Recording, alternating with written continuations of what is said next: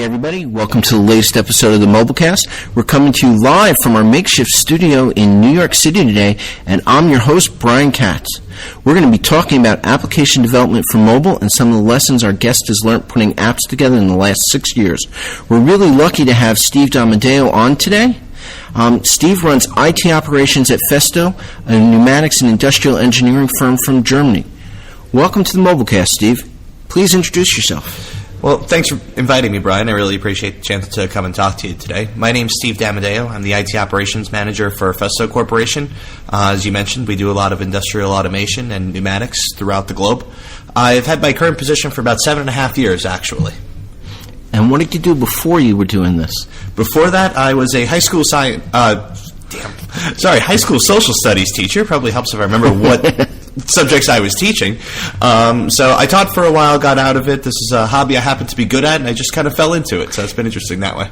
That's actually, we have a similar background. I actually taught high school science physics for 5 years before I started doing consulting and then got into IT full-time. Been doing it on the side, but, that's awesome. And, we're lucky to have you today because we're actually at a mobile infrastructure decisions conference today that Steve and I are both attending. And, Steve and I have known each other for a while now. And Steve did a great presentation about app development, which is what we're talking about today. So, Steve, let's start at the beginning. How do you know that you need an app? How do you decide it's, when to get started? Does the business come to you? Does IT make that decision? How's the ball get rolling? Yep. And the answer to that is that it's a little bit of both, because if it's anything other than that, you're not really handling it correctly. IT, you need to know what's going on in the business at any time. So a lot of that information, believe it or not, comes through your help desk, not necessarily through your leadership activities, because those are the people who have the pulse of what's going on in the company at any moment. We also have people from the business who come to us as well because they know what they need to do. So they come to us as well with additional requirements that are usually in the form of, hey, we think we could do this better. What do you have in mind? So a lot of it has to do, at least on the business side, has to do with process improvement. Is that sort of where it comes from, some of it? Part of it is about process improvement. A lot of it is just about making additional capabilities available, but a lot of it is about process efficiency and the ability to do things better than you've done it before. You can't really ask people to sell a different way or to record financial information a different way. What you can do is make it easier for them. It makes complete sense. So you decide that you need an app. You're sitting down with your business, and what are the questions you're asked? How do you actually figure out what you're actually building, what you're designing, so you can actually figure out what the next steps are? Sure. Well, the first question that we ask is, what is it that you're looking to accomplish? Most projects that we see when they fail are fail because of requirements gathering issues, so we're always very careful that our first question is, what is it that you hope to accomplish? That's the first thing. The second question we ask is, who do we think the target audience for this would be? Because those two questions combined help drive your platform decisions a lot as well.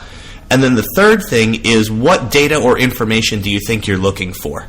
For us, the combination of those three are really what gets the conversation started. It's certainly not all of the questions that we ask because, as I mentioned during the conference here, about 60% of our project management time is spent in requirements gathering, but those are the first three that help really start to frame the message of what it is that you want to do and what it is in terms of how we would be able to develop applications to assess those and assist those needs. Okay, so you start with those questions, and let's actually walk through some scenarios, because you actually put some great scenarios up there that you walk people through on how you made decisions with them. So if we're going to look at scenarios, I think your first scenario was was it a shop floor, more or less? It was a warehousing use case, exactly. And what we have is we have a lot of pickers who were walking around with these RF devices that look like they were something from the Second World War. So you would have people who would walk around with these little guns that looked, they were huge. They were about 4 times the size of the human arm, and so they would carry them around. They would be heavy, and then you had to carry an additional printer on their hip as well, so that they would be able to print out a label that was maybe half the size of a deck of cards.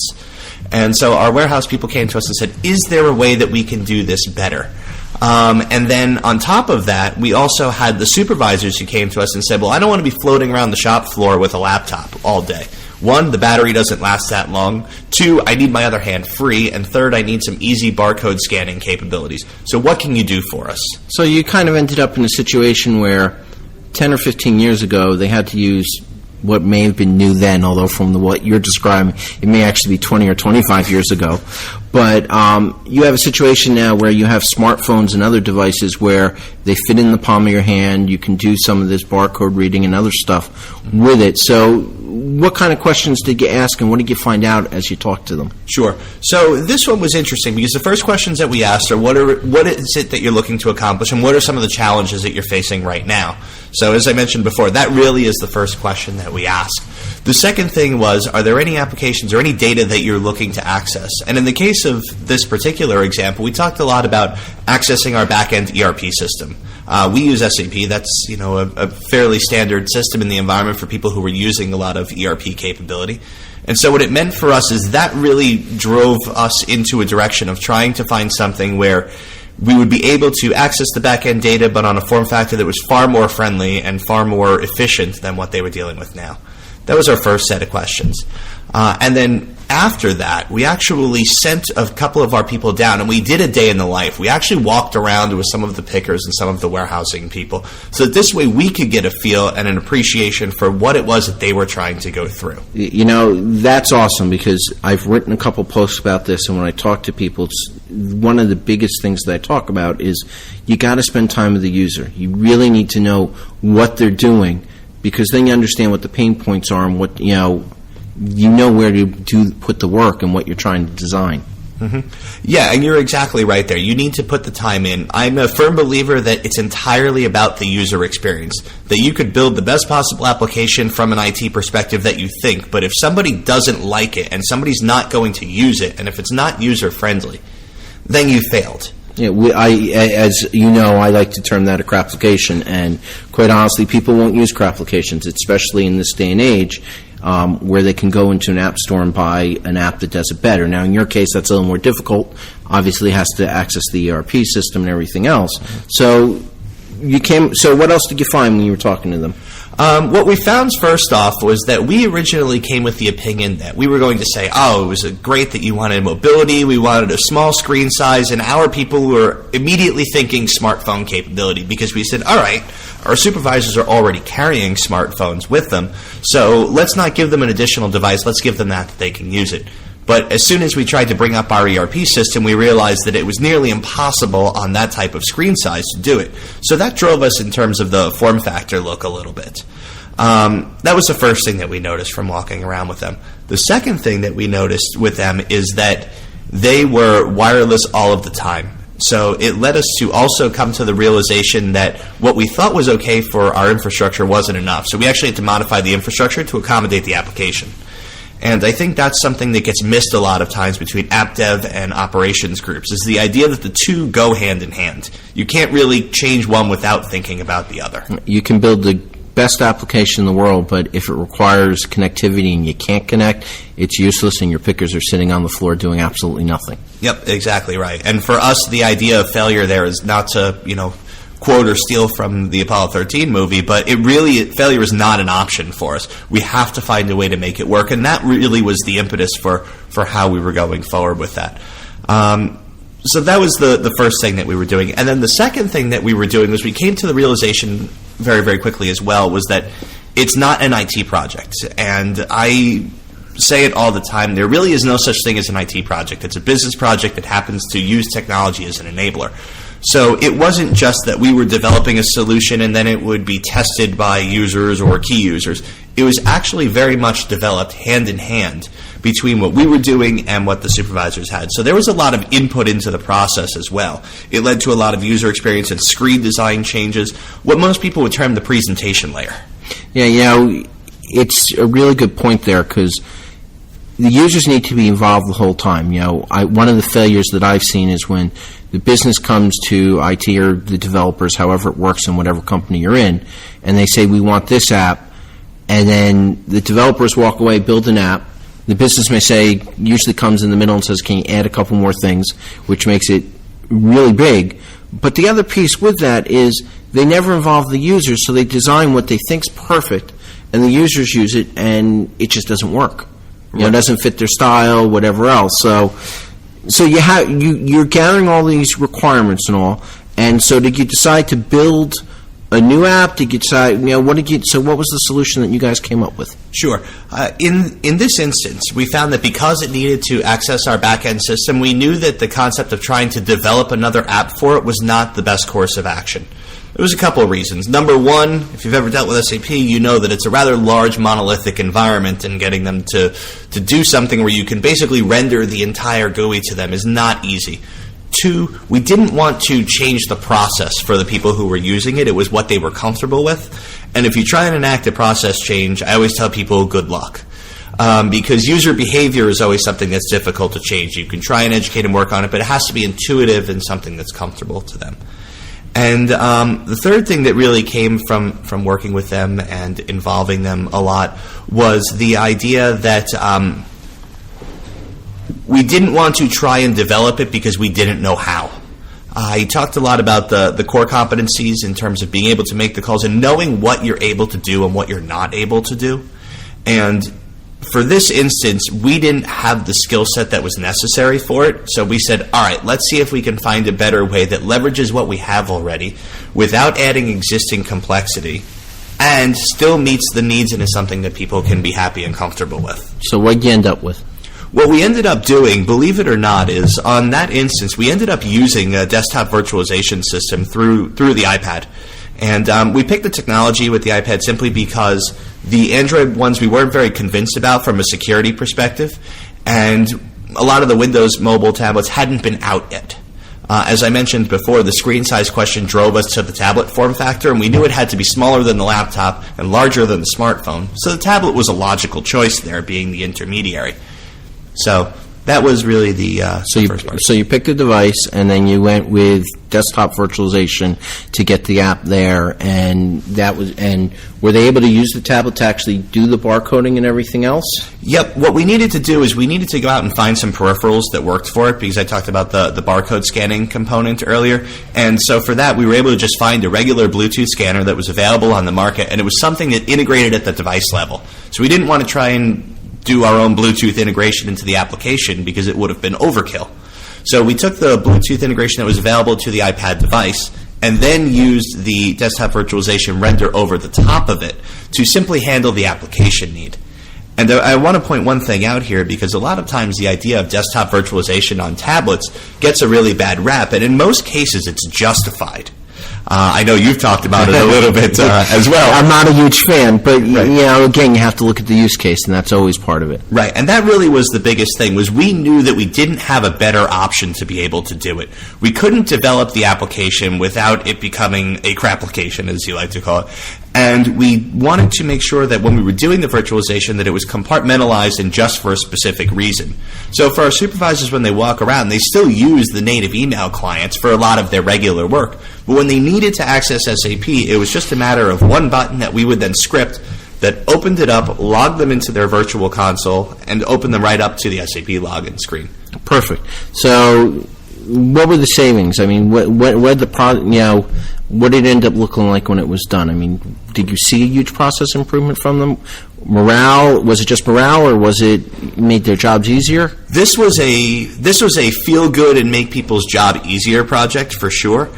There wasn't much cost savings at the supervisor level because they were going to be provisioned with the laptop anyway, and if you want a decent tablet, that compared to enterprise class laptops are usually relatively similar in cost.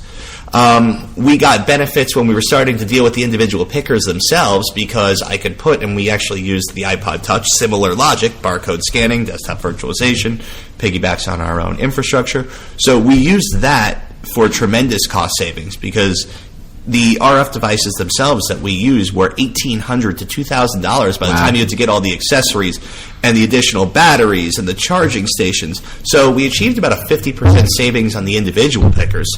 But to the supervisors, that was more of a feel good and help them make their jobs a little bit easier. And that, for them, was the most important thing. Goes back to the business requirements. They said, not what we have is too expensive, but we need a way that we can be more flexible and more mobile. Excellent, because the goal really is to enable your users to be more flexible and agile so they can be more productive and efficient. Right. So, full believer in that. I think one other thing that's interesting to go along with that as well is the idea of don't overlook the importance of the details. I talked about using an iPad and desktop virtualization, and that's great. But now you're a supervisor who's walking throughout the warehouse and who needs to be handling product, and they're going to put something down. It's going to crash into things. So now you get to the question of how do you physically protect the device? And that was one of the things that we found as we went on. Again, this was one of the day in the life topics. Don't overlook the importance of the details to somebody. We went out and found some $30 holster case that they could slide the iPad into that protected it from harm. And that actually is something where when they came back to us later, they said, you know what? We like the app. We really like the fact that now my hands are free, whereas I used to have to carry a laptop around with two hands all the time. It can be amazing what little things will do for morale and success and everything else. Yep. So this is great. So that was a great scenario. Let's talk about a second scenario. You talked about mobilizing your sales force, and they go out, they make calls, they do a bunch of stuff, and you got asked for an app for that. So let's talk a little bit about that one. Yep, sure. Very similar process, though this one, the sales group didn't come to us. It was actually the executive management of the company that came to us, and he said, Steve, I have my salespeople on the road, and they're spending 4 hours of dead time per day driving to customers around between them. What can we do here? And you hear 4 hours, and you immediately think, oh, that's a long time. It's half a day. And the answer is, one, yes, it is. And two, not only do they have 4 hours of dead time, but it actually costs them 6 hours when you think about it, because there's 4 hours that they can't do anything. And then the 2 hours at the end of the day where they're trying to go back and recall everything that they did during the day to put information in. And so that was one of the biggest things that we had, was the ability to record information from visits to customers very, very quickly. One, while it was still fresh. Two, to be able to immediately communicate back to our inside sales staff and contact center so a follow-up was necessary. And three, that it had to be something that was important to them that they could do during the dead time. So essentially, if I boil it down, they were looking for immediacy. They want to be able to respond to with the information and record it so they didn't forget it, they didn't mistake it.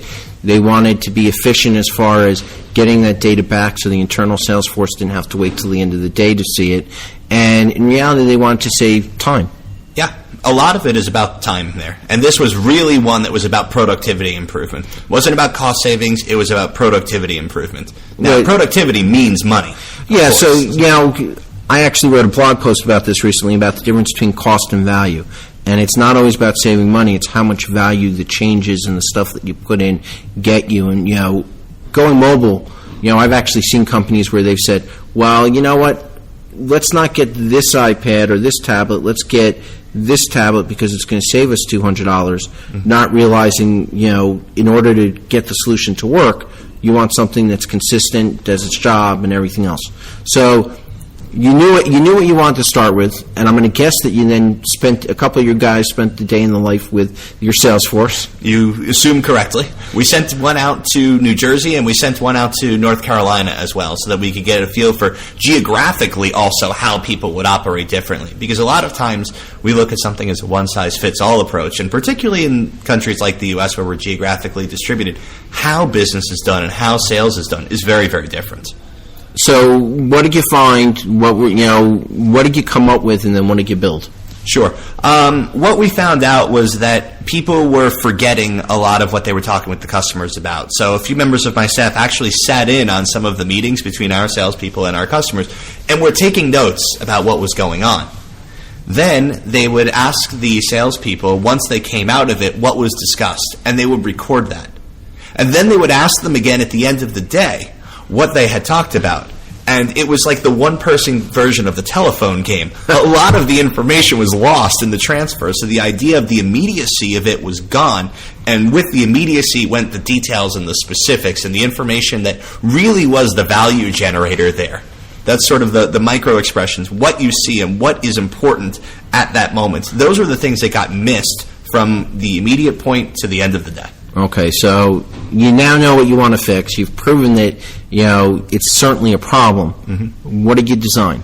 Sure. So what we ended up doing here was we actually needed to develop our own mobile application because we have a very large Salesforce automation program that we use that we had custom developed in-house. And the way that it was developed, we were not able to render it to smartphones, and we were not able to handle any input other than typing. Now, so that left us with two options. We could either change a sales process and tell everybody to go over to your local Starbucks or Panera, log on to our VPN, type everything in, and synchronize it back, which would just be far too long. Or B, what we needed to do is we needed to find a way to make it voice-enabled. And that was the route that we ended up going, so that this way, while someone's driving in their car and has the dead time, they can actually take a minute or two, speak their voice report into the application that was on their phone, and then transmit it back to our system in a secure manner. And so this data got transmitted back, and it's very important. We're talking about secure manner. Correct. Security plays a part in all of this. And then, is it transcribed by somebody? You use voice recognition? What did you end up? We did use voice recognition here. So what happens is it goes back to our contact center staff who handles a lot of our individual salesy follow-up in terms of some outbound calls in addition to your standard inbound call center that most people will have in any large enterprise. So they would review it, and we provided a very simple agent portal that the contact center agents could look at and say, okay, this person is at this customer and here's what they need. And then they would verify that the information looked correct, or if there were things that looked like they were obviously wrong because no transcription software is 100%, they would go in and make edits, or they would then call the salesperson back and say, okay, I got the report that you put in here, but a few things don't look quite clear because you explain it to me. And then you're getting that within minutes instead of within days. Very cool. Very cool. And so how did you secure this? So Sure. What did you do with the data? This is important to you. This is your lifeblood. This is, your sales. Yeah. One of the good things here was the fact that we already have all of our devices and their communications traffic encrypted. Yes, we're sending them over some of the public cellular networks. However, we do have a VPN client that's installed on all of the phones that we can use to automatically communicate things back. And we made sure that our Exchange ActiveSync policies on the phones in general, we're encrypting the data in transit as well as the device. Okay. So you got a VPN, you're encrypting data on the device. Now, why'd you go with, is this an always-on VPN, or is this? It's an on-demand VPN. Okay. We thought about the possibility of an always-on VPN, but there's a couple of downsides that come with that. One, they're always on our network, and when you're not connected, it's really not necessarily the greatest thing to do. Two, it ends up clogging up some of our own network bandwidth back in our office as well. And I realize I said two, but there probably is a third one here that's equally important, and that is the idea that it's a massive battery drain on your devices. Okay. So you went with an on-demand VPN. Now, is the reason you chose VPN versus encryption over SSL, encryption then SSL or some other way, and some people will call that sort of a VPN, but it isn't. But, is there a reason you went VPN versus that direction? Was it easier, or the fact that you already had it in place? We were developing several applications in parallel with one another and kept finding the need to get them connected back to our network.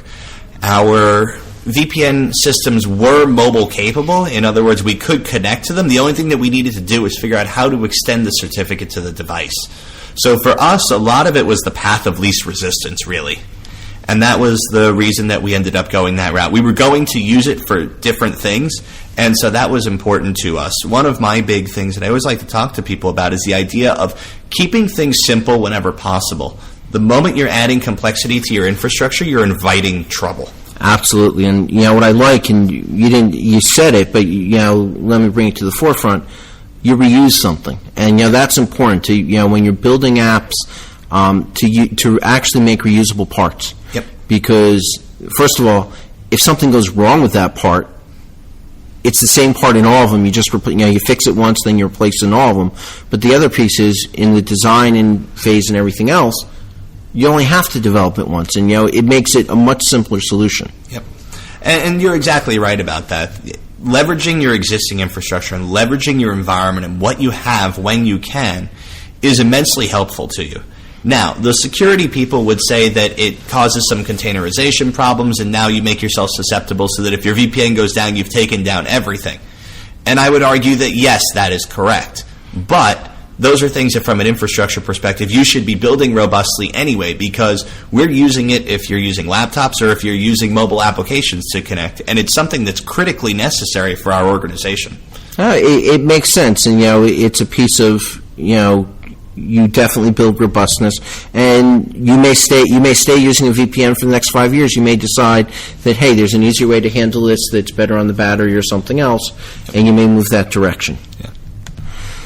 So great. Now let's talk about the third scenario you put up there. Your third scenario was your management, very heavy into reports, very heavy into understanding what was going on in the business, and yet they wanted it wherever they were and whatever they were doing. So how did you handle that one? Sure, and this is probably interesting because I told you that the first two, a lot of it was about the business coming to us. This is one that we identified first. I'm someone who spends a lot of time on the road as well as part of my job, so I looked at this and said, there has to be a way that we can do this better.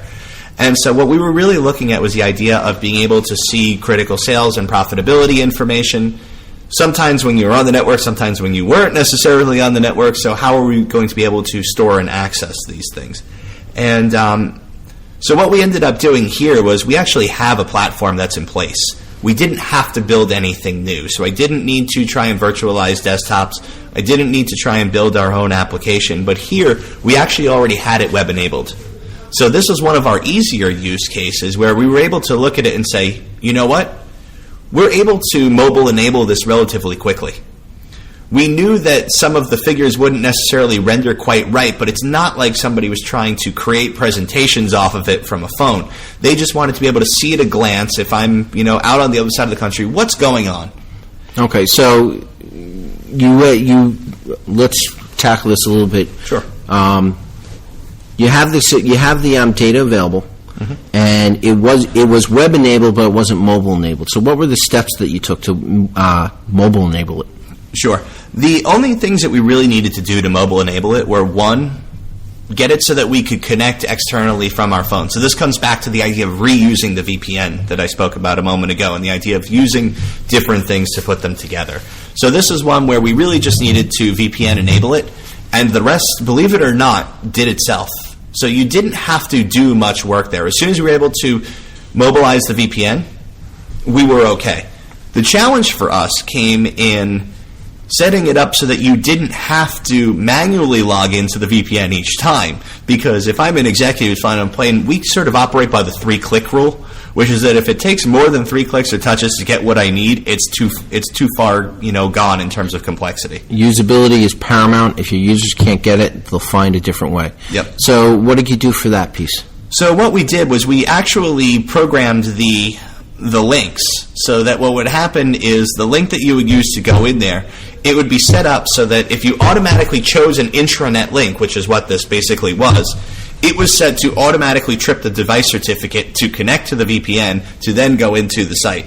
So by just clicking the button that said management reporting on the screen, it would know, okay, I'm going here, it's an internal site, connect me to the VPN and then bring me to the site. So literally you would click management reporting and it would say, welcome to the VPN, because it uses our certificate as methods of authentication here. You click OK, and poof, you were there. So really 2 steps. You set up the device to say whenever it's internal, hit the certificate, turn on the VPN, and the other piece, it sounds like you turn your links into web clips so that they didn't have to go into their browser, they didn't have to find it. It was a simple web clip that showed up and said, okay, here's management reporting, and looked like an app even though it wasn't really an app. That's exactly right. Basically what we did was we took a glorified hyperlink and put it to the home screen of the devices. So it makes it sound a lot cooler than it is, but it really was a very basic capability of just taking it and connecting it there, because people in the mobile era, when they're holding their smartphones, they know apps. They know if I click on this, it goes here.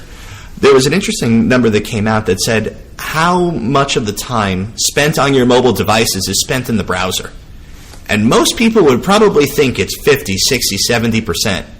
The answer is it's only 12. So people are in the world of apps now, so I want to be able to click something and get there automatically. And that was the approach that we tried to take to it. And what were the results from management? They're extremely happy with it. All I've heard so far is wow, that was a lot simpler than I thought it would be. Thanks a lot. So it's been a very easy win for us there. It was something that took us minimal time because we didn't overdevelop and we didn't overcomplicate it. And that's, one of the biggest things there. We knew we had it. We just needed to handle one or two little changes, and that was it. So you've sprinkled a bunch of great nuggets throughout this. So, I don't want to keep you too long. We're hitting around the half-hour mark. Yep. And, it's been awesome having you on. What are your final thoughts, advice? Take some of those nuggets out and, Sure. You've probably heard me repeat a few of the key points and takeaways a couple of times, and that would be my final thoughts about what really needs to be looked at. One of them is the idea that you can't overdevelop. You have to try to keep it simple. This deals with your infrastructure and leveraging what you have, and this deals with the applications as well and how to avoid having them, as you correctly term them, become crapplications. So that's really the first thing, is the idea of keeping it simple. The second thing is you need to account for the user experience. It is the first, last, and only thing that will determine whether or not a mobile application or any mobility project is successful. People need to be included in it throughout the process, during the requirements gathering, through the development, through the testing, and through the final deployment and approval of it. Most people miss the requirements gathering and or the development process and then get it immediately in testing. That's the second thing. And my third big takeaway as well is the idea that you should try to be device neutral as much as you can. Because as you've seen me mention, I've mentioned a few smartphone examples, I've mentioned a few tablet examples, and in some cases a lot of cases, we're repackaging some of the things that we have available on our regular laptops and desktops. So we didn't want to build something new, but we wanted to make things versatile. So, in other words, mobile first, not mobile only. Correct. Stuff can come back to the laptop, the desktop, wherever you need it. And, because sometimes simplicity makes sense. And I'm going to add a final thought because you talked about it, but you didn't put it in there, and I just find it so important. All right, fair enough. Well, it's your words, although I'm going to take them from you. You need to involve the business and the users in the whole process. You talked about it a number of times that you went on site visits, you sat with the users. I know that you talked about it during your session today, that you did user testing, you brought them in to look at the screens, you made sure that they were involved, and that's really important because you don't know how well you're doing until the users get a hold of the app itself. That's very, very true, and you're right. I'm glad that you added that as well. The user experience is how does it look and feel, but the user involvement is a big thing there. So I'm glad that you brought that up, and I'm sorry I omitted it in my original final thoughts there. No, that's okay. Steve, this has been awesome. We're out of time. I don't want to keep you too late. But, Steve, where can people learn a little bit more about mobile app development, and where can they follow you on Twitter? Because I know you're active on Twitter. I am definitely active on Twitter, much more so than I was in the past. It's one of the things that I've learned as I've gone into more forays into the mobile era. So my hashtag, not a hashtag, I can be followed on Twitter at SDamadeo. Now, that's SDAMADEO. And we'll put that in the show notes, so if you go to the website, you'll see it there. Yep. And so that's what I have right now. I'm not doing my individual blogs right now. We're writing for any additional sites, but as soon as more information comes about that, I'm sure you'll be one of the first people to know. Yeah, we'll tweet it out. So it's been great to have you. Thanks so much for taking the time, because this has been awesome. And everyone, if you like the show, please tell a friend, leave us a review on iTunes.